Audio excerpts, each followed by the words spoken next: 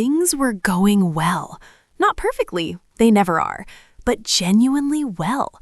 Something you'd been working toward was finally close. A relationship that felt different.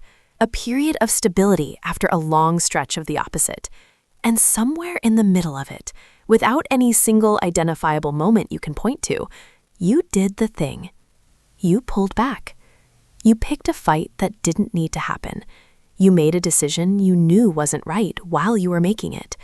You found a way, and you're not entirely sure how, to be somewhere smaller than where you were headed. What's hardest to sit with is that you could see it happening. That's not the confusion. The confusion is why.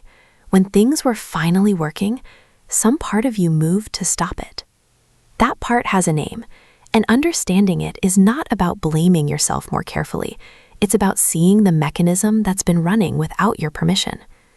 Psychologist Gay Hendricks, whose work on the relationship between identity and achievement has been applied extensively in both clinical and performance psychology, coined the term the upper limit problem to describe a specific and repeatable pattern, the tendency to unconsciously constrain positive experience once it exceeds an internally set threshold.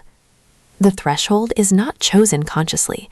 It is established early, shaped by what felt normal, what felt safe, and critically, what level of good felt like too much to be trusted. When life exceeds that threshold, the nervous system registers it not as success, but as instability. And instability, for a system trained to manage threat, requires a response. The self-sabotage is that response. It is not failure. It is the system working exactly as it was calibrated. The conventional framing of self-sabotage is that you don't believe you deserve good things, that somewhere underneath the effort and the wanting, there's a voice that says you shouldn't have this. That framing is incomplete. It isn't always about deserving. More often, it's about familiarity. The nervous system doesn't reach for what it deserves. It reaches for what it recognizes. And if struggle is what it knows, then stability can feel on some level like the wrong frequency. Not wrong morally, wrong neurologically. That's a meaningful difference. Mechanism 1.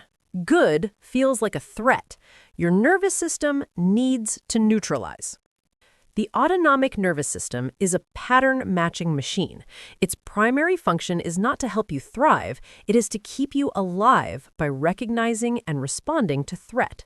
And it does this by comparing the present moment against its library of past experience. If your formative experience contained significant instability, emotional, relational, financial, or otherwise, your nervous system built its baseline around that instability. It learned what normal felt like, and normal, for that system, included a certain amount of difficulty.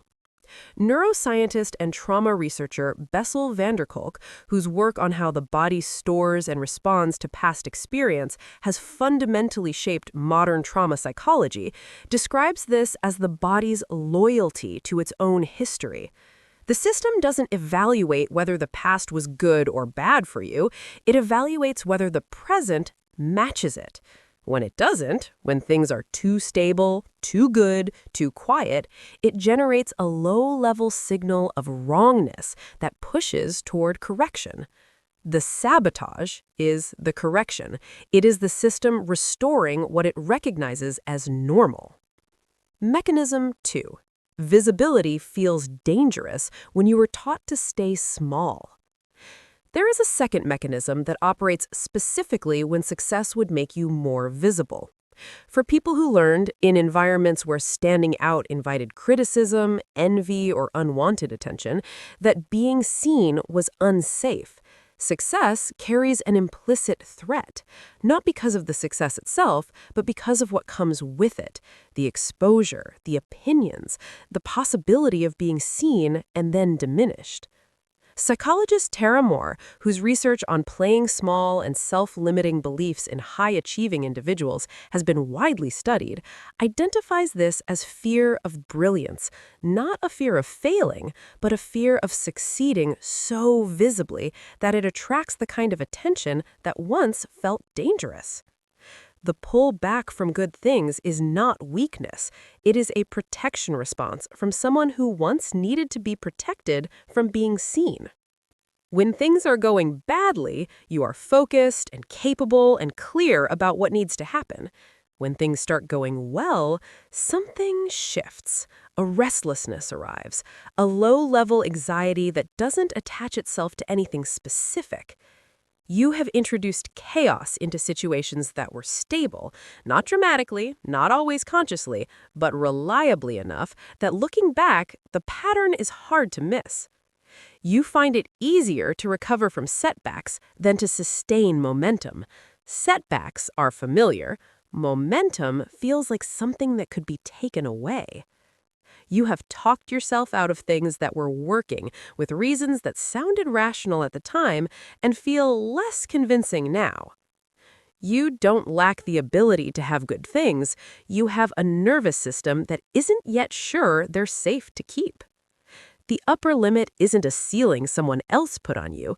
It's a threshold your own system set to keep you inside what it recognizes as safe. The work is not to push harder against it. It's to expand what the system recognizes as normal, slowly and with enough repetition that stability starts to feel like the right frequency, rather than the suspicious one. That is a different project than willpower, and it starts with seeing the pattern for what it is. Drop a comment. Is it the restlessness when things get good, or the talking yourself out of things that were working? Most people find it's one more than the other. If this is the kind of content you want more of, subscribe and leave a like. It's the best way to make sure the next one finds you.